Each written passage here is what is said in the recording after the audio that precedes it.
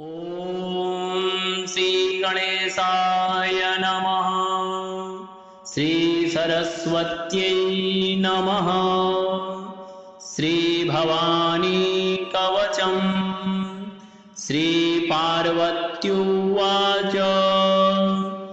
भगवन् सर्वमाख्यातं मन्त्रं यन्त्रं शुभप्रदम् भवान्याः कवचं ब्रूहि यद्यहं वल्लभा तव। ईश्वर उवाच गुह्याद्गुह्यतरं गोप्यं भवान्याः सर्वकामदम् कवचं मोहनं देवी गुरुभक्त्या प्रकाशितं। राज्यं देयं च सर्वस्वं कवचं न प्रकाशयेत् गुरुभक्ताय दातव्यो मन्यथा सिद्धिदं नहि। ॐ अस्य श्रीभवानी कवचस्य सदाशिवऋषिः अनुष्टुप् छन्दः मम सर्वकामना सिद्ध्यर्थे। श्रीभवानी त्रैलोक्यमोहन कवच पाठे विनियोगः। पद्मबीजशिरः पातु ललाटे पञ्चमी परा। नेत्रे कामप्रदा पातु मुखं भुवनसुन्दरी। नासिकां नारसिंही च जिह्वां ज्वालामुखी तथा। श्रोत्रे च जगतां धात्री करौ सा विन्ध्यवासिनी। स्तनौ च कामकामा च पातु देवी सदा शुचिः। उदरं मोहदमनी कण्डलीनाभमण्डलम्। पार्श्वं पृष्ठकटिगुह्यस्थाननिवासिनी। उरुमे हिङ्गुला चैव जानुनीकमठा तथा। पादौ विघ्नविनाशा च अङ्गुलीः पृथिवी तथा। रक्ष रक्ष महामाये पद्मे पद्मालये शिवे। वाञ्छितं पूरयित्वा तु भवानी पातु सर्वदा। य इदं कवचं देव्या जानाति स च मन्त्रवेत्। राजद्वारे श्मशाने च भूतप्रेतोपचारिके। बन्धने च महादुःखे पठेच्छत्रुसमागमे। स्मरणात् कवचस्यास्य निर्भयो जायते नरः। प्रयोगमुपचारस्य भवान्याः कर्तुमिच्छति। कवचं प्रपठेदादौ ततः सिद्धिमवाप्नुयात्। भोर्जपत्रे लिखित्वा तु कवचं यस्तु धारयेत्। देहे च यत्र कुत्रापि सर्वसिद्धिर्भवेन्नरः। शस्त्रास्त्रस्य भयं नैव भूतादिभयनाशनम्। गुरुभक्तिं समासाद्य भवान्यास्तवनं कुरु। सहस्रनाम पठने कवचं प्रथमं गुरु। नन्दिने कथितं देवी तवाग्रे च प्रकाशितम्। सागन्ता जायते देवी नान्यथा गिरिनन्दिनी। इदं कवचमज्ञात्वा भवानीं स्तौति यो नरः। कल्पकोटिशतेनापि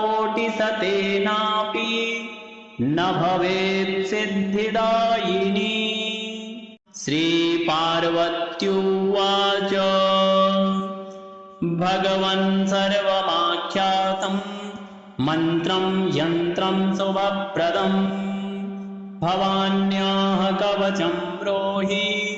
यद्यहं वल्लभा तव। ईश्वर उवाच गुह्याद्गुह्यतरं गोप्यं भवान्याः सर्वकामदम् कवचं मोहनं देवी गुरुभक्त्या प्रकाशितम्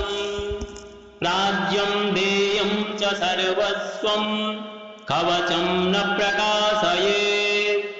गुरुभक्ताय दातव्य मन्यथा सिद्धिदं नहि ॐ अस्य श्रीभवानी कवचस्य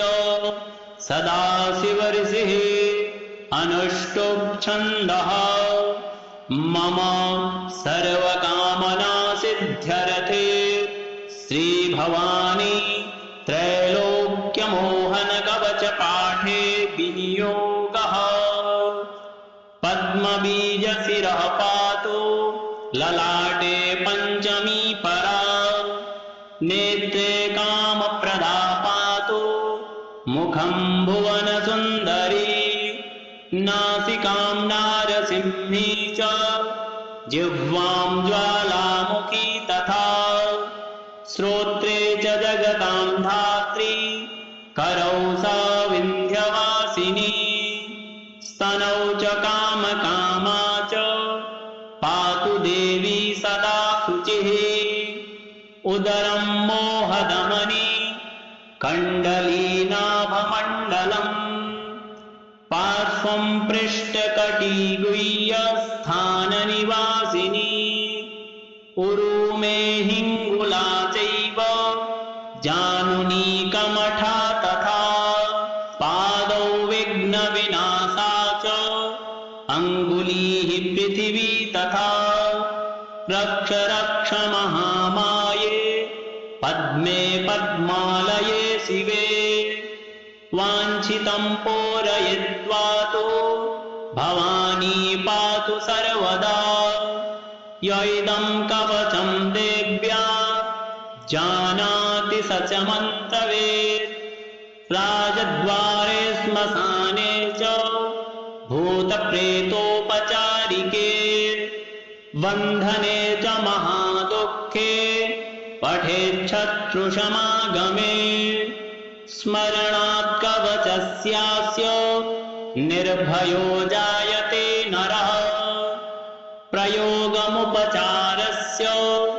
भवान्याः कर्तुमिच्छति कवचं प्रपठेदादौ ततः सिद्धिमवाप्नुयात् भोर्जपत्रे लिखित्वा तु कवचं यस्तु धारयेत् देहे च यत्र कुत्रापि सर्वसिद्धिर्भवेन्नरः शस्त्रास्त्रस्य भयं नैव भूतादिभयनाशनम् गुरुभक्तिं समासाद्य भवान्यास्तवनं कुरु सहस्रनाम पठने कवचं प्रथमं गुरु नन्दिने कथितं देवी तवाग्रे च प्रकाशितम् सागन्ता जायते देवी नान्यथा गिरिनन्दिनी इदं कवचमज्ञात्वा भवानीं स्तौति यो नरः कल्पकोटिशतेनापि न भवेत् सिद्धिदायिनी श्रीपार्वत्युवाच भगवन् सर्वमाख्यातं मन्त्रं यन्त्रं शुभप्रदं भवान्याः कवचं ब्रूहि यद्यहं वल्लभा तव ईश्वर उवाच गुह्याद्गुह्यतरं गोप्यं भवान्याः सर्वकामदम् कवचं मोहनं देवी गुरुभक्त्या प्रकाशितम् राज्यं देयं च सर्वस्वं कवचं न प्रकाशयेत् गुरुभक्ताय दातव्य मन्यथा सिद्धिदं नहि ॐ अस्य श्रीभवानी कवचस्य सदाशिवऋषिः अनुष्टुप् छन्दः मम सर्वकामना सिद्ध्यर्थे श्रीभवानी त्रैलोक्यमोहनकवचपाठे विनियोगः पद्मबीजशिरः पातु ललाटे पञ्चमी परा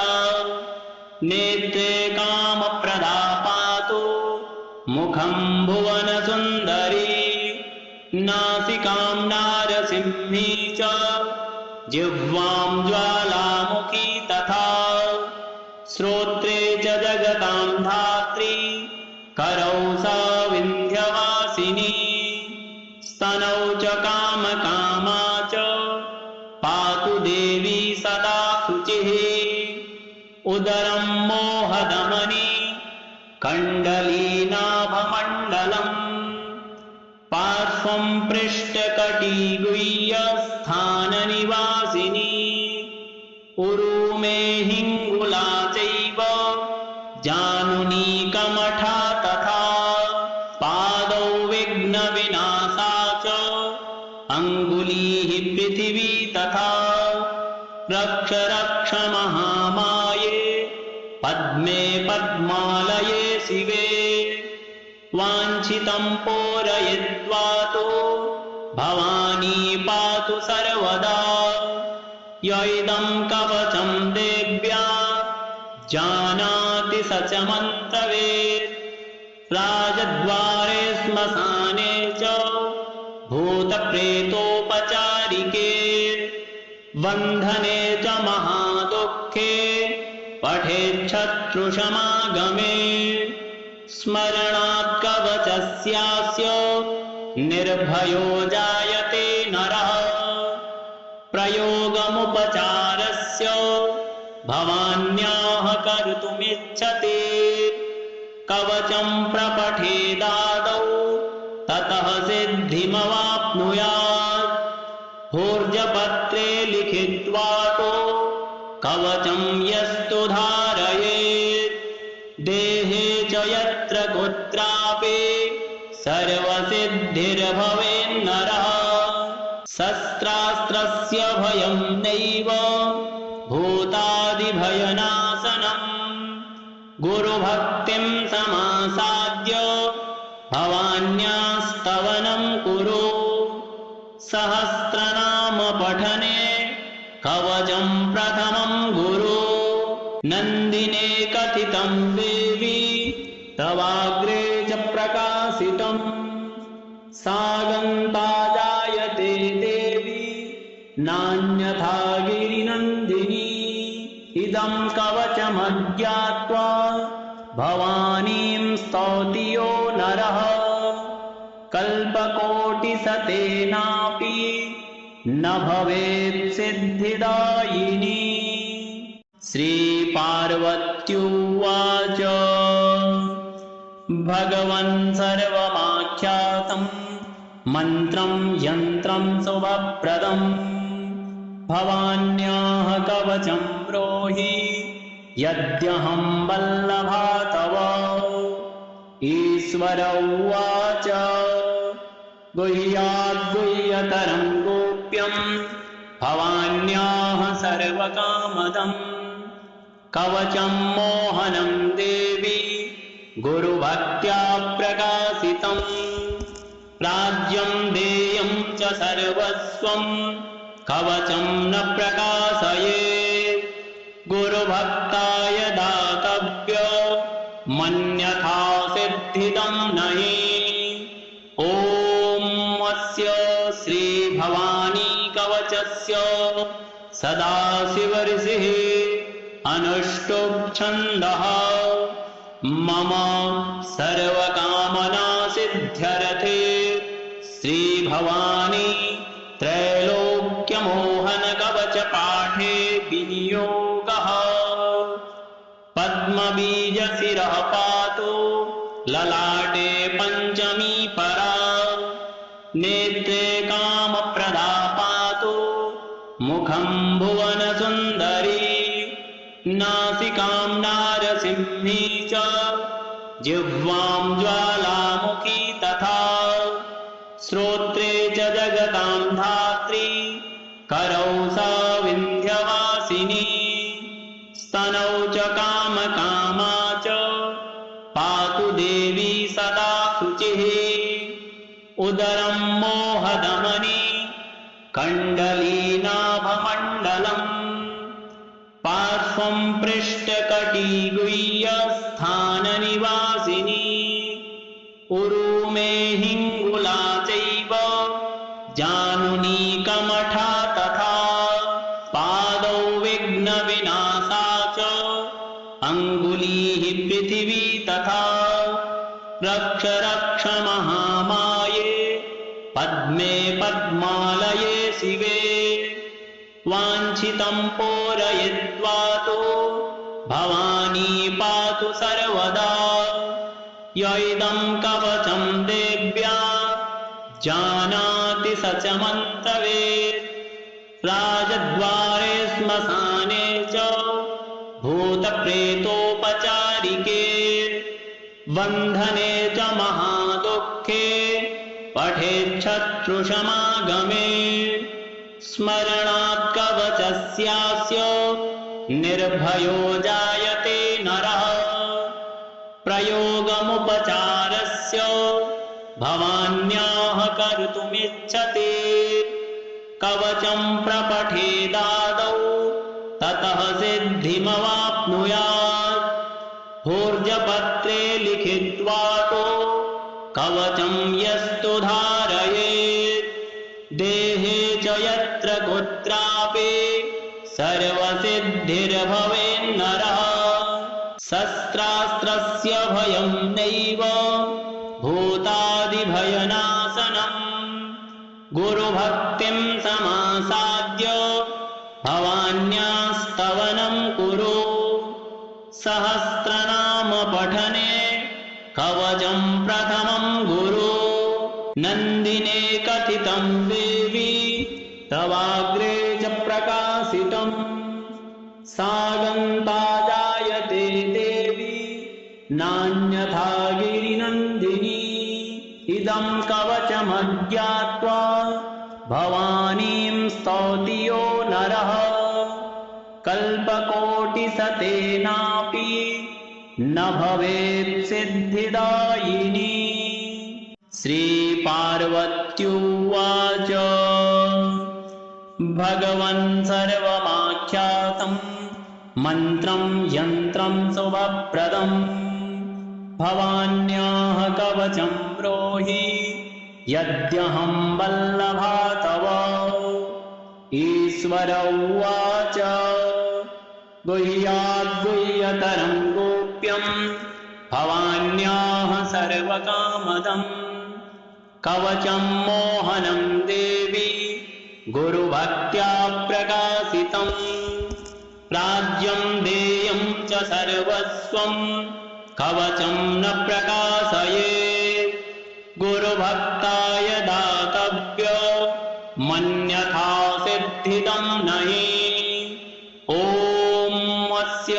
श्रीभवानी कवचस्य सदाशिवऋषिः अनुष्टुप् छन्दः मम सर्वकामना सिद्ध्यर्थे श्रीभवानी त्रैलोक्यमोहन कवच पाठे विनियोगः पद्मबीजशिरः पातु ललाटे पञ्चमी परा नेत्रे कामप्रदा पातु मुखं भुवनसुन्दरी नासिकां नारसिंही च जिह्वां ज्वालामुखी तथा श्रोत्रे च जगतां धात्री करौ सा विन्ध्यवासिनी स्तनौ च कामकामा च पातु देवी सदा शुचिः उदरं मोहदमनी कण्डलीनाभमण्डलम् पार्श्वं पृष्ठकटिगुह्यस्थाननिवासिनी उरुमे हिङ्गुला चैव जानुनी कमठा तथा पादौ विघ्नविनाशा च अङ्गुलीः पृथिवी तथा रक्ष रक्ष महामाये पद्मे पद्मालये शिवे वाञ्छितं पूरयित्वा तु भवानी पातु सर्वदा य इदं कवचं देव्या जानाति स च मन्त्रवेत् राजद्वारे श्मशाने च भूतप्रेतोपचारिके बन्धने च महादुःखे पठेच्छत्रुसमागमे स्मरणात् कवचस्यास्य निर्भयो जायते नरः प्रयोगमुपचारस्य भवान्याः कर्तुमिच्छति कवचं प्रपठेदादौ ततः सिद्धिमवाप्नुयात् भोर्जपत्रे लिखित्वा तु कवचं यस्तु धारयेत् देहे च यत्र कुत्रापि सर्वसिद्धिर्भवेन्नरः शस्त्रास्त्रस्य भयं नैव भूतादिभयनाशनम् गुरुभक्तिं समासाद्य भवान्यास्तवनं कुरु सहस्रनाम पठने कवचं प्रथमं गुरु नन्दिने कथितं देवी तवाग्रे च प्रकाशितं सागन्ता जायते देवी नान्यथा गिरिनन्दिनी इदं कवचमज्ञात्वा भवानीं स्तौति यो नरः कल्पकोटिशतेनापि न भवेत् सिद्धिदायिनी श्रीपार्वत्युवाच भगवन् सर्वमाख्यातं मन्त्रं यन्त्रं शुभप्रदं भवान्याः कवचं ब्रूहि यद्यहं वल्लभा तव ईश्वर उवाच गुह्याद्गुह्यतरं गोप्यं भवान्याः सर्वकामदं कवचं मोहनं देवी गुरुभक्त्या प्रकाशितं राज्यं देयं च सर्वस्वं कवचं न प्रकाशयेत् गुरुभक्ताय दातव्य मन्यथा सिद्धिदं नहि ॐ अस्य श्रीभवानी कवचस्य सदाशिवऋषिः अनुष्टुप् छन्दः मम सर्वकामना सिद्ध्यर्थे श्रीभवानी त्रैलोक्यमोहन कवच पाठे विनियोगः पद्मबीजशिरः पातु ललाटे पञ्चमी परा नेत्रे कामप्रदा पातु मुखं भुवनसुन्दरी नासिकां नारसिंही च जिह्वां ज्वालामुखी तथा श्रोत्रे च जगतां धात्री करौ सा विन्ध्यवासिनी स्तनौ च कामकामा च पातु देवी सदा शुचिः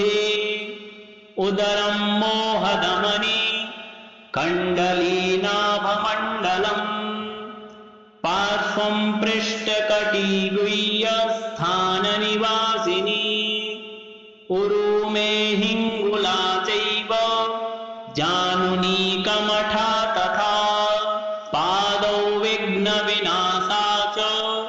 अङ्गुलीः पृथिवी तथा रक्ष रक्ष महामाये पद्मे पद्मालये शिवे वाञ्छितं पूरयित्वा तु भवानी पातु सर्वदा य इदं कवचं देव्या जानाति स च मन्त्रवेत् राजद्वारे श्मशाने च भूतप्रेतोपचारिके बन्धने च महादुःखे पठेच्छत्रुसमागमे स्मरणात् कवचस्य कवचस्य निर्भयो जायते नरः प्रयोगमुपचारस्य भवान्याः कर्तुमिच्छति कवचं प्रपठेदादौ ततः सिद्धिमवाप्नुयात् भोर्जपत्रे लिखित्वा तो कवचं यस्तु धारयेत् देहे च यत्र कुत्रापि सर्वसिद्धिर्भवेन्नरः शस्त्रास्त्रस्य भयं नैव भूतादिभयनाशनम् गुरुभक्तिं समासाद्य भवान्यास्तवनं कुरु सहस्रनाम पठने कवचं प्रथमं गुरु नन्दिने कथितं देवी तवाग्रे च प्रकाशितं सागन्ता जायते देवी नान्यथा गिरिनन्दिनी इदं कवचमज्ञात्वा भवानीं स्तौति यो नरः कल्पकोटिशतेनापि न भवेत् सिद्धिदायिनी श्रीपार्वत्युवाच भगवन् सर्वमाख्यातं मन्त्रं यन्त्रं शुभप्रदम् भवान्याः कवचं ब्रूहि यद्यहं वल्लभा तव ईश्वर उवाच गुह्याद्गुह्यतरं गोप्यं भवान्याः सर्वकामदम् कवचं मोहनं देवी गुरुभक्त्या प्रकाशितं राज्यं देयं च सर्वस्वं कवचं न प्रकाशयेत् गुरुभक्ताय दातव्य मन्यथा सिद्धिदं नहि ॐ अस्य श्रीभवानी कवचस्य सदाशिवऋषिः अनुष्टुप् छन्दः मम सर्वकामना सिद्ध्यर्थे श्रीभवानी त्रैलोक्यमोहन कवच पाठे विनियोगः पद्मबीजशिरः पातु ललाटे पञ्चमी परा नेत्रे कामप्रदा पातु मुखं भुवनसुन्दरी नासिकां नारसिंही च जिह्वां ज्वालामुखी तथा श्रोत्रे च जगतां धात्री करौ सा विन्ध्यवासिनी स्तनौ च कामकामा च पातु देवी सदा शुचिः उदरं मोहदमनी कण्डलीनाभमण्डलम् पार्श्वं पृष्ठकटिगुह्यस्थाननिवासिनी उरुमे हिङ्गुला चैव जानुनी कमठा तथा पादौ विघ्नविनाशा च अङ्गुलीः पृथिवी तथा रक्ष रक्ष महामाये पद्मे पद्मालये शिवे वाञ्छितं पूरयित्वा तु भवानी पातु सर्वदा य इदं कवचं देव्या जानाति स च मन्त्रवेत् राजद्वारे श्मशाने च भूतप्रेतोपचारिके बन्धने च महादुःखे पठेच्छत्रुसमागमे स्मरणात् कवचस्यास्य निर्भयो जायते नरः प्रयोगमुपचारस्य भवान्याः कर्तुमिच्छति कवचं प्रपठेदादौ ततः सिद्धिमवाप्नुयात् भोर्जपत्रे लिखित्वा तो कवचं यस्तु धारयेत् देहे च यत्र कुत्रापि सर्वसिद्धिर्भवेन्नरः शस्त्रास्त्रस्य भयं नैव भूता भयादिभयनाशनम् गुरुभक्तिं समासाद्य भवान्यास्तवनं कुरु सहस्रनाम पठने कवचं प्रथमं गुरु नन्दिने कथितं देवी तवाग्रे च प्रकाशितम् सागन्ता जायते देवी नान्यथा गिरिनन्दिनी इदं कवचमज्ञात्वा भवानीं स्तौति यो नरः कल्पकोटिशतेनापि न भवेत् सिद्धिदायिनी।